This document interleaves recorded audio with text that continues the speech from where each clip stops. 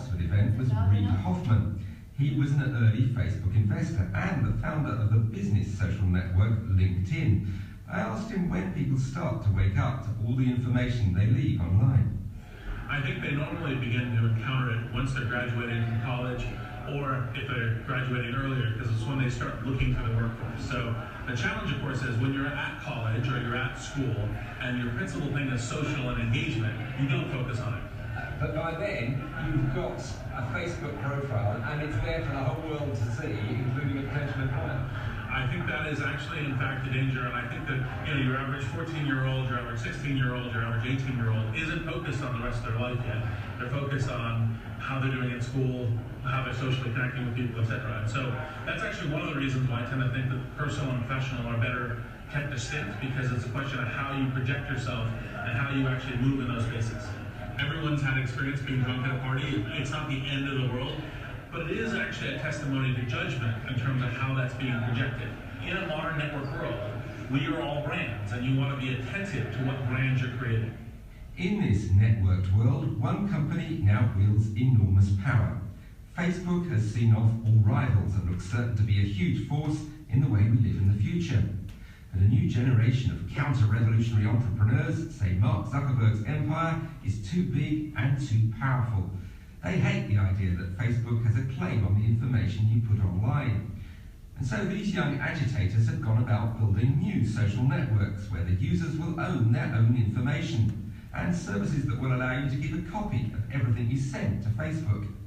They think this is the future, a radical new vision of social networking that works for the user rather than for the bottom line of a big Silicon Valley company.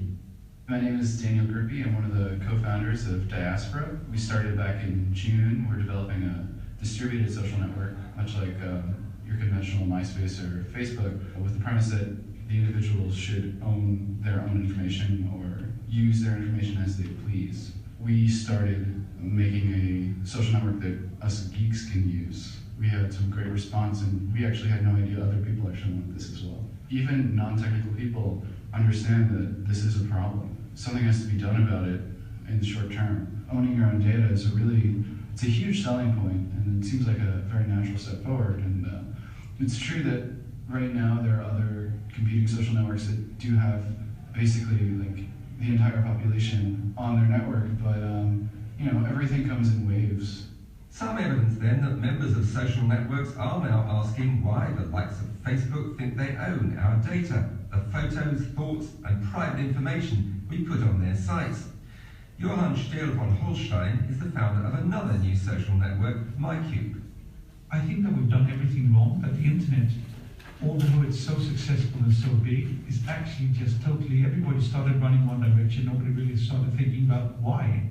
Von Holstein explains that his site will help you take control of your digital life by letting you keep a safe copy of everything you put on Facebook or any other popular social network.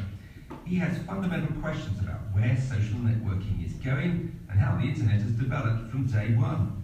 Today at mycube.com we have a vault, a MyCube vault, which means that you can go out, and it's an open source product, so anybody can help us develop that, where you can eventually go out and take back all the content that's actually yours. I mean, when parents understand what their kids are doing, when they understand that their kids will never have to go to an interview again because they'll just be recruited based on the social graph that Facebook holds on them, that they're selling out to all the companies that are recruiting, when they realize that this is a nightmare that George Orwell would be jealous of, they're going to make sure that the kids are not there when there is an alternative. Now that's why I say that the internet is built up the wrong way. It's built by engineers, not by behavioral scientists and real people, for real people. That's why I need to throw in this hand grenade and get it all turned right again. There are less radical ideas out there. People in the high-tech world who say that Facebook isn't evil, just slightly flawed. And after the mad rush to accumulate as many Facebook friends and Twitter followers as possible to let everything hang out, there's now a new trend, learning to limit what you share.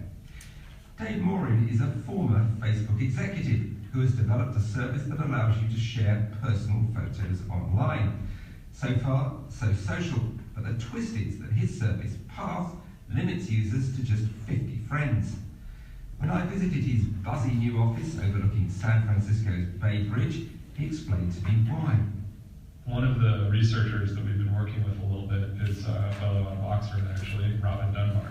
He's famous for this number that he talks about, they call Dunbar's number, which is 150 people is the maximum number of social connections the human brain can manage.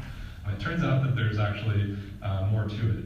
Human trust tends to expand in circles, so there's about 5 people in your life usually that you would call your closest friends or best friends. And there's about 15 who are the people who you would spend a weekend with, or you would have dinner on a weekly basis with. And it happens in factors of 3, so 5, 15, it's about 15 to 20. And then the next ring is 40 to 60, or 50. So they say, Dunbar says that that's the outer limit of the number of people that you sort of are trusting in your life or beginning to trust. And so what we're trying to create is a network that's personal. And you deliberately say we're restricting it to a maximum of 50 friends. It's less about the restriction of the number of friends and more the principle. Our idea is that if we build a network which sort of naturally ends up at that state, then people will feel like they always can share every single moment because they just feel like they can be themselves. What we've started to do is kind of think about what could you do on a mobile phone and what do consumers do with phones. And the idea that I've been most interested in for such a long period of time is helping people just tell the story of their life by helping them capture those everyday moments that make up all of our lives. If you ask anyone to pull out their iPhone or any of their phones and show you the photos on it, they'll show you a bunch of photos in the last few months which really tell the story of their lives. And if you ask them a second question of, do you put those photos anywhere? They'll say to you usually, no, they're way too personal. I am now going to take a picture. So, to sum up, Path is a network that invites you to take photos on your phone showing every aspect of your life, but only to share them with a very select number of friends. I had Dave Moran show me how to use it. Yeah, that's good. Yeah. So I'm going to head back over to Path. Okay. One of the things that is important around capturing a moment is to allow people to add, people, places, things. So I'm the person in this photo, so if you click people, you can add me. I'm typing my first and last name. So I'm going to save this now, right? I'm going to save that. Yeah. And this has gone into that is my path, Yep. right? Yep. So if you wait 1 second here, Yeah. it should show up at the top. Right. But who's going to know about that? Anyone who you've chosen to share with. Right. So I need to start sharing with a few more people. I'm not sure if I've really got the hang of it, and I'm not convinced that a limited social network will catch on. But Dave Moran is not the only one looking for a niche in a world where Facebook casts such a long shadow.